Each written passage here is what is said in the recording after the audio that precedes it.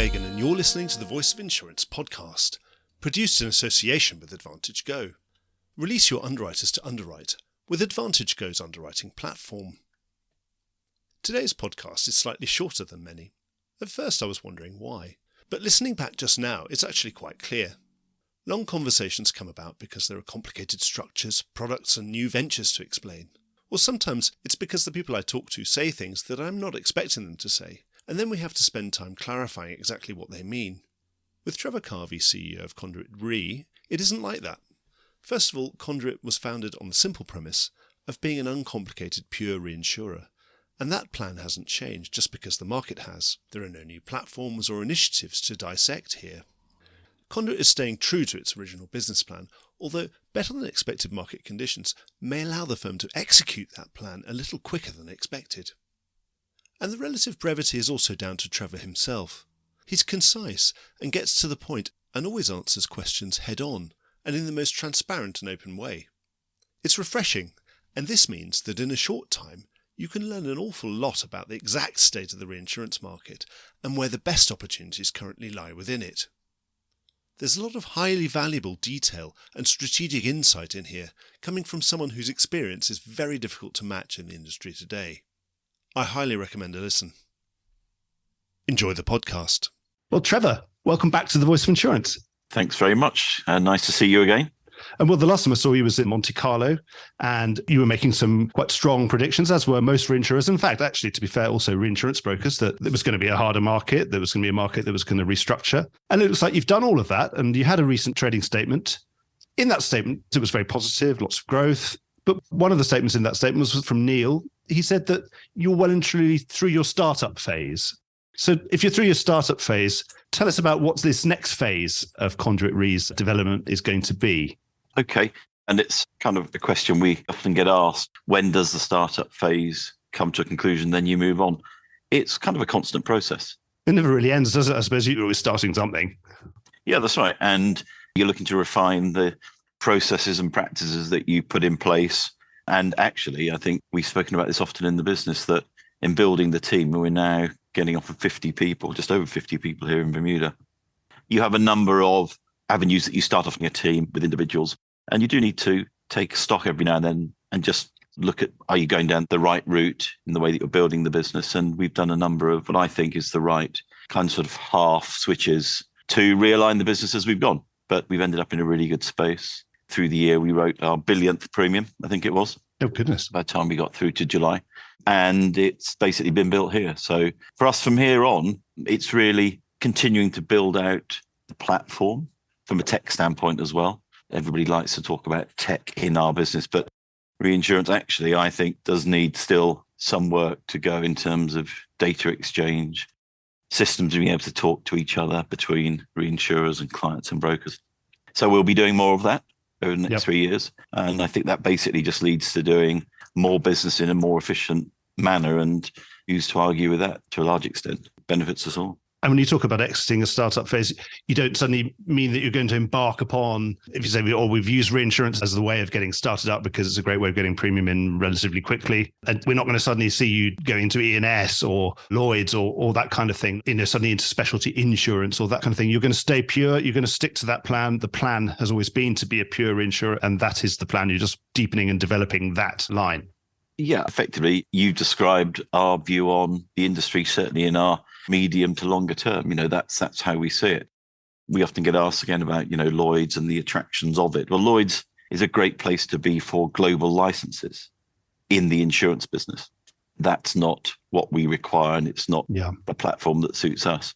And I think there's an element of higher costs that goes with that in the insurance business generally, the platform build out, but obviously also being regulated within Lloyd's environment is much higher level of operating expense as well. So for us here, the model being in Bermuda, being able to distribute very broadly, build a balanced portfolio and scalable with the level of cost that goes with that and the efficiencies here, it's not a bad place to be. And we don't have any plans to materially changing that. So you're going to keep it pure, have one operating center, have one balance sheet, no complications. That's right, yeah. I mean, there are various ways of accessing and writing reinsurance treaty business, and we'll always keep an eye on that and other methods of doing that. But no, in the main, our core product offering will be the same. And I expect us to still be sitting here in 5 years, perhaps in a slightly larger office if we're building out the teams. But no, we'll still be here. You say Bermuda's a really scalable place. You can scale your business many-fold from there. Given what you projected at Monte Carlo seems to probably have been exceeded. You were projecting, obviously, massive improvement for reinsurers. Has 1/1 turned out better than you expected first? And then does that mean you're going to accelerate some of those growth plans as a consequence? Yes. I mean, post Ian, and also I think as the inflationary world continued to bite on back years, which obviously impacted the casualty as well, the whole repricing and re-rating of the classes has been experienced through Jan 1. So for us, that's been a good place to be because we're still growing into our skin. We're growing into our capital. So not having the back years to manage and to run with, we've been unencumbered by that, which is good. You're not having to do any reserve strengthening because we weren't on any of those years, I presume. That's right. You always keep an eye on development patterns, but I don't think we've got a lot to worry about at this stage. But no, so January renewal season was great for us. We have a pretty broad portfolio already. There's a large client base. All those renewals came through, lots of renegotiations on those, but in the main, prices and T's and C's all working in reinsurers' favour.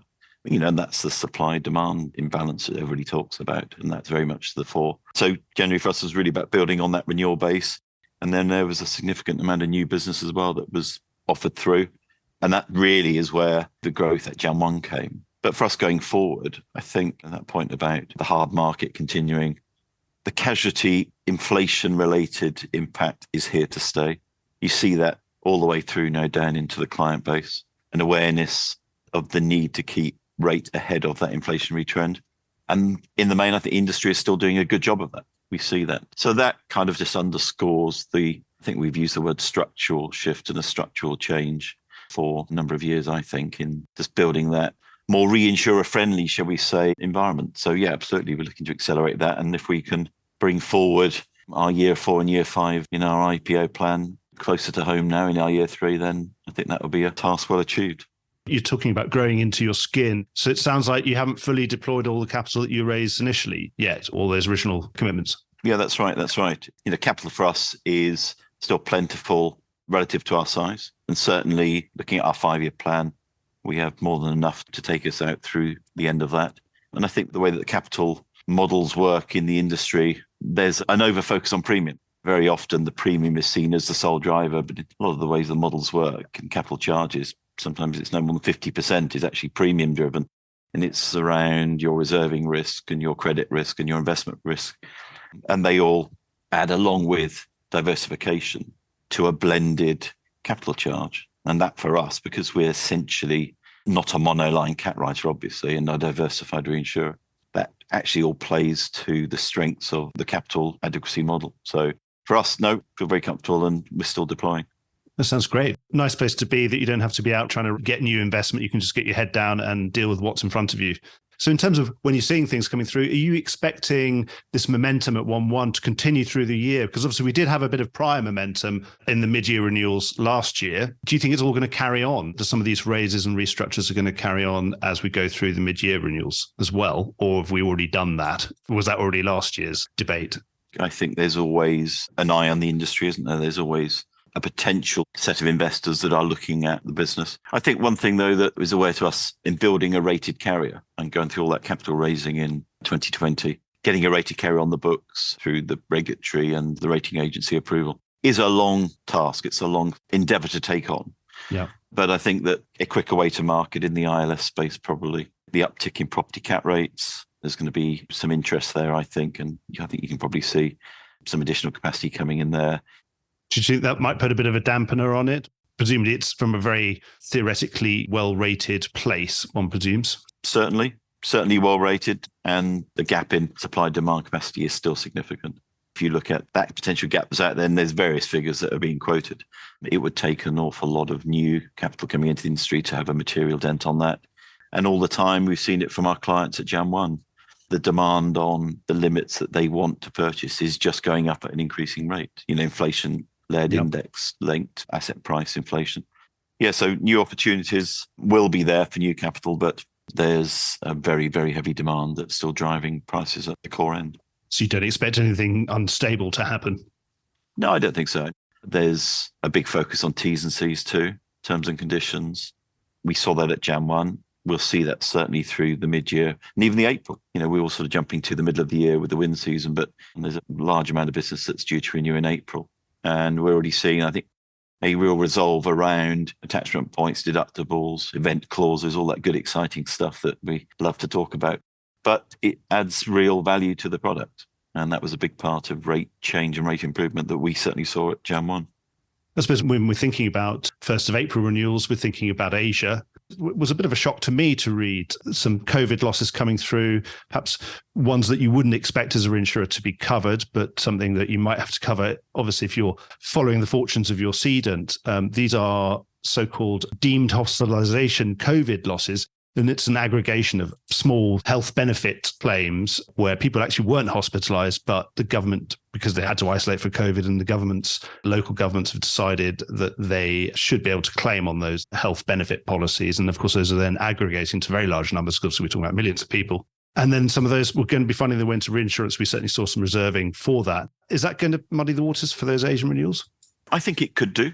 That we've seen an increasing trend over the last quarter away from Asia to name peril coverage. So that's been a reaffirmation of the need to stay abreast of terms and conditions. But just on a general level, it is a shock when lawmakers come out with decisions like this, but that's kind of the industry that we're in. How you price for that, how you risk manage for that is always the challenge. It's a social contract, isn't it, ultimately? And we are ruled by the rule of law. And if the law says one thing, then we generally have to follow along with it. And hopefully we can get paid back, I suppose, is the only other thing. Yeah. And it just reaffirms the strength of building a reinsurance business that, as one of my old bosses used to say, which I liked, was about betting the ranch. You don't bet the ranch. You don't take a position in any one region, any one territory, or any one class of business, which really is exposing the volatility into the portfolio in a material way. So you can only manage it through taking measured bets and measured portfolio structures. That's probably the lesson that we would take away from it. Right. Okay. Well, that just shows the benefits of proper global diversification. Yeah. It was a shock to me because, of course, I'd always assumed that because the Asian market had had a dress rehearsal for COVID in SARS sort of 8-9 years before, and had already got a lot of those wordings much tighter than the European and the US market, particularly in contrast. And of course, it just shows that losses have different ways of finding their way into the insurance market by hook or by crook. But it was very, very interesting. So probably a good time you were talking about the ranch. What's the ranch looking like after 1/1? Because when you go through a big renewal where lots of things have changed, where you come off some things and you get on new things, you've thrown everything up and it's all landed in a slightly different place. And we can see from you that it was in a better place. Everything have landed in a more positive place than it was before then. But what's it looking like? How has it changed the balance of all your bets in aggregate? In aggregate, at a high level, it's brought more opportunity in from non-US, so European business that we'd spent the previous 2 renewal seasons, 2 years, looking at pricing up, putting it through the models, and then basically looking at with some dismay that it just wasn't at the hurdle rate. And it wasn't getting taken up. No, that's now improved. That's come through. Some of them were coming from a very low base, but they have now come through, and that's now a larger part of the portfolio. A bit more of a switch away from some of the pro rata into the XL. That's just a natural progression. And it's the excess of loss, cat excess of loss particularly, has started, to our view, be more of a comparable allocation alongside some pro rata. So that's been there. And also then on some of the specialty classes, the emergence of the events post-Ukraine and Russia, the classes that I would say were problem classes that needed tidying up and cleaning up, that happened. And so we found ourselves being presented with more specialty opportunities that we could look at and come to grips with. There's still a lot that needs to move in some of those classes. But in the main, terms and conditions helped a lot in the specialty area. Focus from the industry on the need to improve and tighten up on event, time and distance wordings. And that's all helped. So some of the specialty as well has come through. Yeah, so on the specialty side, so we were talking a lot about unbundling and a lot of those coverages put together into composite type treaties. Presumably a lot of those have been cracked open and are now a bouquet of different standalone things, and obviously probably not sold as a bouquet. Is that what you were alluding to when you say that things have been cleaned up? And does it Yes. make it easier to underwrite? If you can see exactly what you're getting, you don't have to look at 5 different portfolios and take a view. Yeah. And I think that kind of embraces it, that it's the transparency that I think a reinsurer always looks for. We don't mind a tough ask, looking at a tough class of business, providing the data's there and you can form a measured objective view on it. That's the object of the exercise. Really, what was happening before was, as you say, call it a bouquet, several classes put in, limited data on a number of those, and reinsurers being asked to sort of go with the flow and trust to it come good. But as we know, so-called black swan events happen with recurring frequency these days, it seems. So, yeah, that unbundling did happen. And it's just, we just welcome the transparency. It wasn't by any means the panacea that solved all of the ills, but it enabled us to, with other reinsurers, at least take a step back and understand what was in there. And some met our hurdle and some didn't. It was a step in the right direction, no doubt. So you've got these new opportunities. You mentioned about Europe, you've mentioned about the specialty classes and the post-Ukraine environment. Out of those opportunities and maybe others, what are the biggest ones, would you say? And, where are you thinking, right, I'm going to have to get tooled up, I'm going to have to hire some more people, I'm going to get ready for this in my planning this year and the next? The plan for us as we went into Jan 1 and we put together the strategy for this year and thereafter, I described it as really the preference in opportunity was property, specialty, then casualty. Think of it in those terms. And that's really where capital deployment, we still think, is the place to be weighted towards. Property, specialty, then casualty. Doesn't mean casualty is a bad bet. It just means that it's harder to find true new opportunities, I think, in the casualty space where the margin is still very attractive. It's a good place to be, but you want to be weighting more towards specialty and property. And in those classes, we know we're going to see cat. Cat's going to come through, massive demand. So that distribution, in a way, sort of takes care of itself, and we'll see that, and our capacity is sought after. But the work for us and where we're focusing on is what I call the non-cat piece of that puzzle. So property, non-cat, and specialty that doesn't drive cat. And that's in a great margin place to be. We've built a really good pipeline of business in that space over the last couple of years. Around about 2/3 of our business that we write in total in the business is not cat business. It's risk business, so it's fire business. And the margins now on that have really just now all got a bit better because pricing is up on the back of property cat, but it's pushing up the all risk premium as well, the fire premium. So for us, that's a focus of attention that we want to be putting our efforts into over the course of certainly the next couple of years. And we've got some initiatives that we're already starting work on now to broaden the distribution and to ensure that we can find those opportunities on that non-cat space.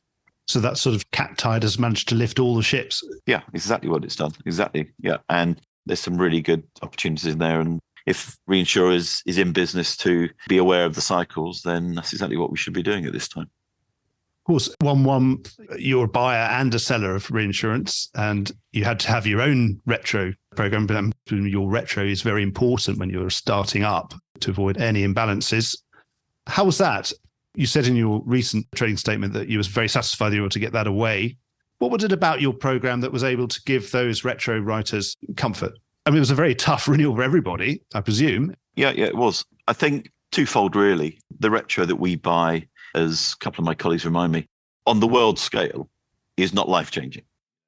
Yes, it's in the hundreds of millions, low hundreds of millions, but on the scale of things, that's not a massive program. And we have deliberately, when we put the panel together and worked with them for 21 and then for 22, it's quite a large number of reinsurers that each participate, and we bring it together into the finished article. That then represents the program. When you come to renew it this year, they've all got different views. They all have a different place they want to be in, more and less so in different areas of the program. And really, we make the effort to sit down with them and say, okay, where is your area that you particularly want to deploy capacity? How can we fit that into our plan? And that's how we put it together with the brokers involved. It's more working with them on a case-by-case basis. And in that way, it's quite hard yards doing it that way. But you establish, I think, a better chance of putting a product together with a reinsurer or retrocessionaire in this case that can stand the test of time. We have a lot of data exchange. There's no doubt about that. So there's a lot of data which goes to and fro. So I think they understand and there are updates through the year. And I guess the acid test in a program like that is how does it respond to the events, be it the Ian, the Ida, or the Burnt. And I think it's been described by several of our retrocessionaires that we weren't a problem child for them. Yes, there were losses there, but they were what was expected and they weren't outliers. And I guess that's all you can really deliver as a buyer. You do what you say. And I think in that way, it gives it more chance of enduring through time. So that's what we did. And we just grew that program, and it's pretty much in line with our original IPO. So in the grand scheme of things, you're not buying a limit that requires the whole market to participate or not. No.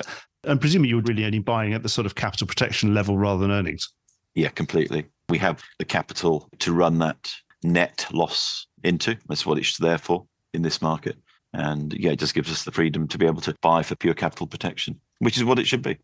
Yeah. And so coming out of that renewal, are you retaining more of your own cooking, or is it balanced, stayed about the same? Yeah, so we retain more, but it's actually, going back to our IPO plan, we had scaled the retention appetite through the 5 years, and it's pretty much around about where we thought it'd be for year 3, year 4. So retaining more dollars, but as a percentage of the premium and or the net asset value of the business, it's around about where we expect it to be. And I'll take that in this market. I was just looking at my list of different ideas and questions for us to talk about. And it sounds like, you're very succinct, Trevor. I think we've spoken about almost everything. Perhaps I should give you an opportunity to have a bit of a passing shot to everybody listening, to the brokers out there listening, with all these renewals coming up and this mid-year coming up. What's your message to everybody? Message, my word. And often you get put on a soapbox like this at short notice. I think to bear in mind that the industry that we're in and the cycle we're in, nothing is really that new. The circumstances that create it are obviously, such as we've seen in 22, are new types of events, but the stresses it puts on the industry, we've been through, and the industry has been through it before. So I think that in terms of, as a broader marketplace, providing the transparency of data is there, it flows back and forth and conversations are had, there's a good chance that even though the reinsurance and insurance industry is always looked on from the capital markets as a bit of a conundrum at times and difficult to understand. But I think if that level of exchange is there within the industry, I think we're in a pretty good place at the moment. And you're absolutely open for business. You've got capital ready to deploy, but obviously on your terms. Absolutely, yeah. And when we put the plan together, it's a 5-year plan. And all when you put a plan together, it never turns out exactly as you expect. But for us to be in this position where the market is at this point, it's a good place to be, and being able to sort of grow into it is great for us. Would it be right to say that you're ahead of plan? Is that fair enough? Yeah, I think as we said, we had a year 2 plan in year 3, and the market's in a better place. So we can accelerate that over the course of the next couple of years. Excellent. Trevor, I've really enjoyed chatting to you. Thanks so much for taking the time. It's odd that we were just chatting before we hit the record button that I can't believe that we're talking about Monte Carlo already. But yes, I'll book myself into your diary at Monte Carlo, and we'll get you back on the reinsurance special program of 2023. And we'll catch up on everything that's happened in the mid-year. And I hope it goes really well for you. Okay, well, thanks so much. Thanks very much for your time. And yeah, as you say, I'm sure I'll speak to you before Monte Carlo. But yeah, good wishes to you. Well, I hope you enjoyed today's episode. If you did, don't forget to subscribe or leave a like or a review or recommendation on whatever podcast platform you used to access this program. These really help get the word out. Before we go, just a quick reminder that advertising slots are available here and in other places in the Voice of Insurance podcasts. Podcasting is the fastest growing medium and attracts a high quality audience of key decision makers. It's also an intimate medium where you, the listener, are right in the room with me and the interview subjects. Needless to say, that means it's a great way of getting your message out directly to an audience because you've got their full attention. It's also very cost effective. So get in touch with Mark at thevoiceofinsurance.com to find out how you could be speaking directly to the industry. The Voice of Insurance is produced in association with Advantage Go. Release your underwriters to underwrite with Advantage Go's underwriting platform. Voice of Insurance is produced by me, Mark Gagan. Music was written by Anna Gagan and produced by Carlos Gagan. Check out more podcasts and written comment pieces at www.thevoiceofinsurance.com.